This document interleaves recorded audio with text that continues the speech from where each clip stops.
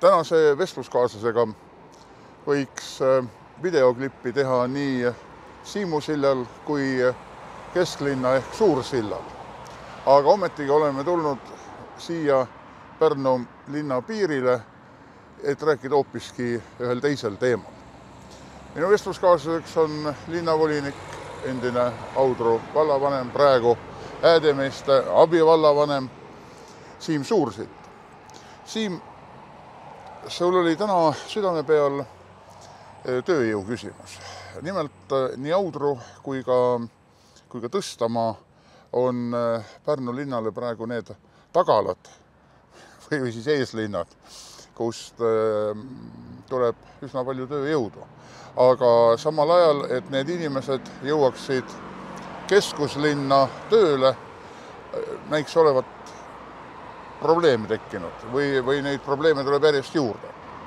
Jah, just nii, et kui me vaatame kas või Pärnu linna kodulehe peal andmeid, siis alates 2015. aastast on Pärnu nõndanimetatud keskuslinnast lahkunud üle 1000 elaniku elamast ja paljuski on kolitud keskuslinna piiride taha, aga ka mujal Eestisse, et need inimesed, kes on keskuslinnast lahkunud, on ju vaieldamatult tööjõu tagamaa Pärnu ettevõtjatele, kus on peamised töökohad ja et nad pääseksid tööle, on tähtis, et teed, bussiliiklus, kõik oleks korras ja toimiks, et seda tuleb vaadata, mitte et inimesed on kuskile keskusest kaugele läinud ja kortermajades elavad, vaid potentsiaalne tööjõud just Pärnu ettevõtjatele ja uutele maksudele, mis siia piirkonda peaks tulema.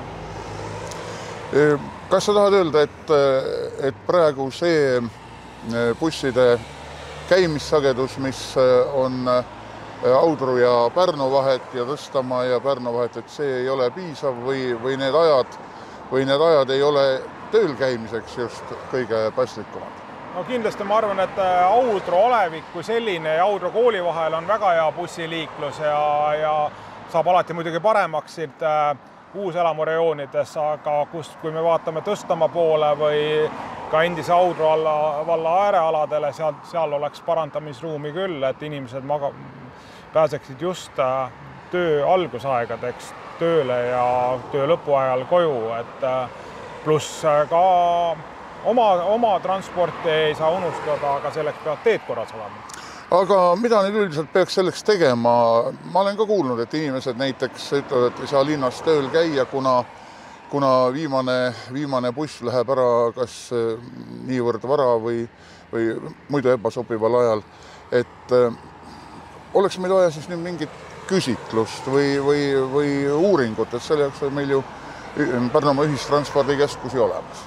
Ja seda kindlasti, et ühistranspordikeskus on olemas, aga siin ongi natukene kattuvad need, et mis on siis ühistranspordikeskus korraldab kahte tüüpi liine, ühed on, mis on rahastatud siis nõndanimetatud maakonnaliinide printsiibil ja teised on, mida tellib Pärnu linn kui haldusüksus.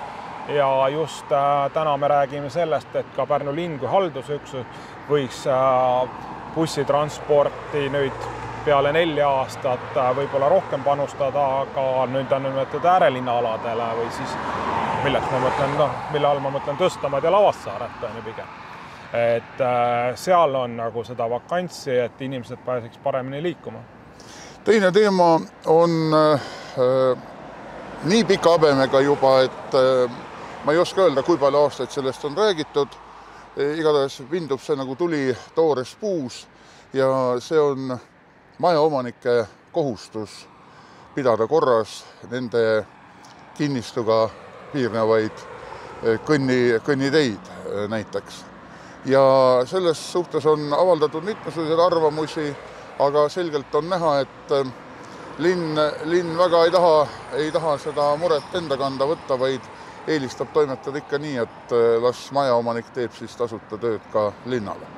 Jaa, et seal on nagu mitu küsimust, et olles ise ka mõne kinnisvaraobjektiga linnas kokku puutunud, et mulle nagu ja seda teemat kureerinud abilinnapeana siis arusaamatuks jäi, et kuidas linnaametkond suudaks tagada sellise olukorra, et hommikul tööle minev inimene või laps kooli, kes läheb, kõnnib pidevalt hooltatud kõnniteed mööda, kus majaomanike suutlikkus oma aia tagant lund lükata on väga erinev, et kes tõrkab kell 7, kes kell 8, kes kell 9, kellel on kojamees, kellel mitte on, aga teenust ju tarbivad mitte need majaomanikud niivõrd, kes seal majas elavad, vaid just möödaminejad ja ei ole just kõige mõnusam vaatepilt, kui sa kord pead sumpama kingaga lumes ja siis kõnnid mõnikümmend meetrit hooltatud ja tubli majaomaniku poolt korras hoitud puhtal kõnniteel. Ja eriti kurioosne on nendel tänavatel, millest mina nagu räägin ja eriti teadlik olen, kus käib lume loopimine nagu pisuhännas koera loopimine üle aia. Majaomanik lükkab, kuna tal on aed teispool ees, pole ka lund ju kuskile panna, lükkab sõidutee peale ja siis läheb poole tunni pärast sahk mööda, lükkab selle jälle tagasi kõnnitee peale.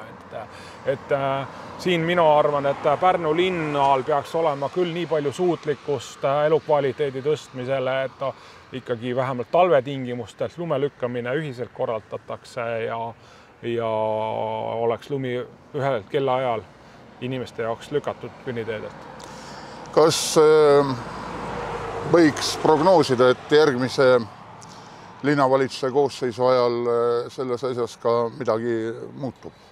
Ma arvan küll, et tegelikult see teema on tõusnud üle-eestiliselt väga teravalt ja siin just Isamaa erakond on sellest palju kaasa rääkinud ja sotsiaaldemokraadid, et on üles tõstetud, et võib-olla vajab see lausa seaduse muutmist, aga ma loodan küll väga, et pääsedes uuesti linna juhtrolli ja kaasates mõttekaaslased oleks võimalik ellu viia. Aitäh, Siim Suursild ja edu valimistel! Aitäh!